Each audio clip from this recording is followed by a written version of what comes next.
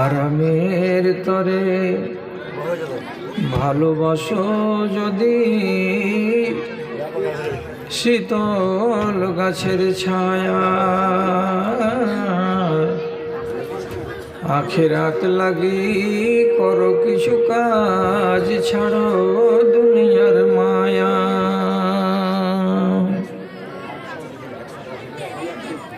প্রভুর শরণে ক্ষয় করে দাও তোমার দেহ আর মন,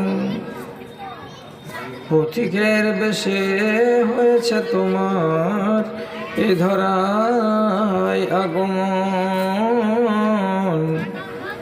সব কিছু ফেলে চলে যাবে তুমি, আসিলে মরণক্ষণ রে, আসিলে মরণক্ষণ। শূন্য হাতে এসেছিলে ভবে, শূন্য হাত চলে যাবে। ধন আর্জন গাড়ি আর বাড়ি সবই পড়িয়া রবে গো, সবই পড়িয়া রবে। ছেলেরা তোমায় কবরে শোয়াবে, ছেলেরা তোমায় কবরে শোয়াবে, পরায়ে বস্ত্র সাদা কাফন। পথিকের বেশে হয়েছে তোমার এ ধরায় আগমন। সব কিছু ফেলে চলে যাবে তুমি, আসিলে মরণক্ষণ রে, আসিলে মরণক্ষণ।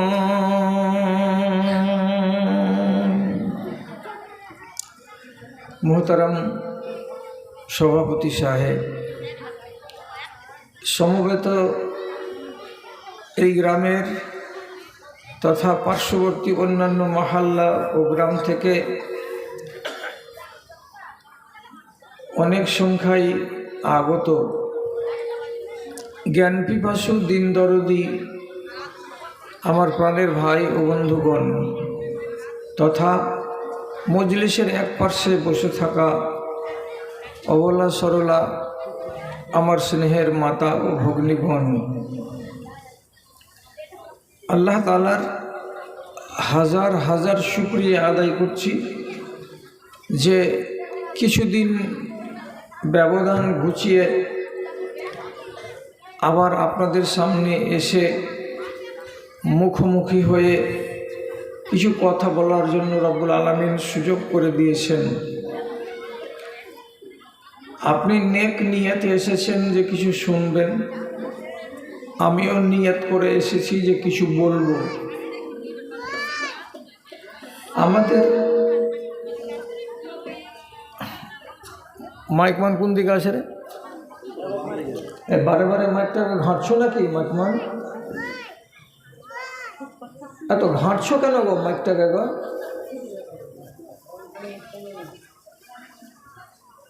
এই 5 মিনিটের ভেতরে তোমার 7 বার ঘাঁটা হয়ে গেল মাইকটাকে।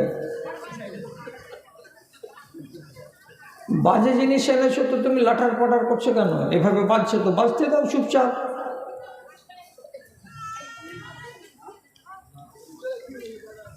আপনার নিয়ত যেমন সুন্দর আছে, পরিষ্কার আছে, আপনি শুনবার মানসিকতা নিয়ে এসেছেন, ঠিক তেমনি আমি আপনার সামনে কিছু শোনাবার মানসিকতা নিয়ে এসেছি।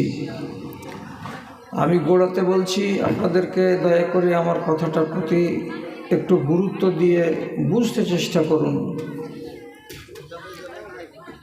আমি নওজওয়ান নই, আমি হলাম এক কথায় বৃদ্ধ মানুষ। আমার বয়স 64 বছর রান করছে। আমি বেশি চিৎকার করে চেঁচামেচি করে কথা বলতে পারবো না, তবে যে কথাগুলো বলবো সেই কথাগুলো জাল নয়, দুর্বল নয়, ফালতু নয়। অতএব আপনি যদি একটুখানি মেহেরবানি করে কথার প্রতি সুবিচার করেন তো 100 বার আলহামদুলিল্লাহ। আর যদি আপনার মনোপুত না হয় তাহলে চারিদিকে গেট খোলা আছে, যেদিক দিয়ে আপনার পছন্দ হবে চুপচাপ এখান থেকে ভদ্রভাবে কেটে পড়বেন। হই হট্টগোল করবেন না, হাল্লা করবেন না। আমি শুধু এই কথাটাতে এখন বিশ্বাস করি যে মানুষের দুর্বল ঈমানকে যদি সবল করতে পারে তো একমাত্র আল্লাহর কিতাব এবং রাসূলুল্লাহর বাণী। এবং এ কথাটা কোরআন মাজিদে আল্লাহ তাআলা বলেছেন। সেই হেতু আপনাদের সামনে কোরআনেরই কিছু কথা বলছি এবং হাদিসের কিছু কথা বলছি। কথাগুলো থেকে যদি শিক্ষা নেওয়ার থাকে তো একটু দয়া করে গ্রহণ করবেন। আমি প্রথমেই একটা হাদিস আপনাদের সামনে তুলে ধরছি। প্রসঙ্গটা হয়তো আপনারা বুঝতে পারবেন না, কিন্তু 5 মিনিট 7 মিনিটের মাথায় বুঝে যাবেন যে আমি কেন বললাম। রাসূলুল্লাহ বলছেন লাউ রাআইতুম মিসলা মা রাআইতু হাযিহিল লাইলাতা লাখারাজতুম ইলা সাদাই ওয়া মা তালাজ্জাজতুম বিন নিসাই আলা ফুরুশিকুম। আমি আজকে রাত্রে নিজের 2 চোখে যা দেখেছি আসমানের সফরে গিয়ে, যদি তোমরা কেউ দেখতে তাহলে কি হতো?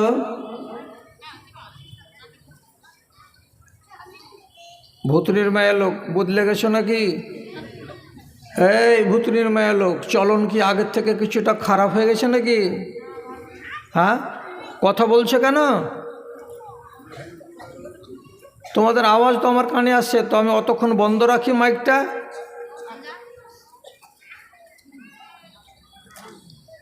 আমি যে দৃশ্যটা দেখেছি আসমানের সফরে গিয়ে, যদি তোমরা কেউ দেখতে তো কি হতো? তো রাসূলুল্লাহ বলছেন প্রথম নম্বর কি হতো? 1 নম্বর লাযাহিকতুম কালিলান ওয়া লাবাকাইতুম কাসীরা। তোমরা কাঁদতে বেশি, হাসতে কম। তোমাদের কান্নাটা বেড়ে যেত এবং হাসিটা কমে যেত যদি তোমরা এটা নিজের 2 চোখে দেখতে পেতে।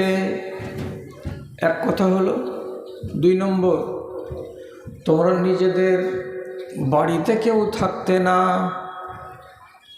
বাড়ি থেকে বেরিয়ে ময়দানে চলে যেতে, আর যাওয়ার পরে ময়দানে বসে বসে ময়দানে পড়ে পড়ে কি করতে? তোমরা আল্লাহ রাব্বুল আলামিনের কাছে আজিজি করতে, ইনকিসারি করতে, কান্নাকাটি করতে, রোনাজারি করতে, কান্নাকাটি করতে, আহাজারি করতে।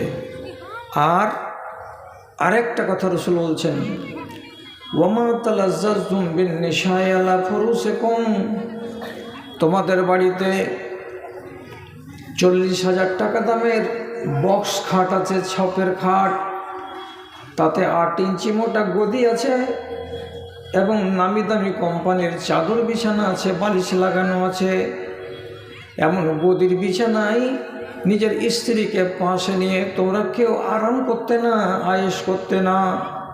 এগুলোকে তোমরা লাত মেরে বাড়িতে ফেলে দিয়ে তোমরা মাঠে যেতে, আর যাওয়ার পরে গড়াগড়ি করতে, কান্না করতে, আজিজি করতে এবং আল্লাহ রাব্বুল আলামিনের কাছে ফরিয়াদ করতে তোমরা। 3টা কথা রাসূলুল্লাহ বললেন। এখন জিজ্ঞাসা, আপনি কি দেখেছেন গো নবী? রাতের বেলায় সফরে কি দেখেছেন যে যদি আমরা দেখতাম তো আমাদের এই অবস্থা হতো? তো এইটা বলেন না, কি দেখেছেন আপনি? এবার কথাটা শুনেন। রাসূল বলছেন কি দেখেছি? তো কি দেখেছি তো শোনো। আত্তাতিস সামাও ওয়া হাক্কুল লাহা আন তাইতা আমি যখন রাতের বেলায় আসমানের সফরে প্রথম আকাশে গিয়ে পৌঁছিলাম, আমার সাথে জিবরিল আলাইহিস সালাতু ওয়াস সালাম ছিলেন। আসমানের উপরে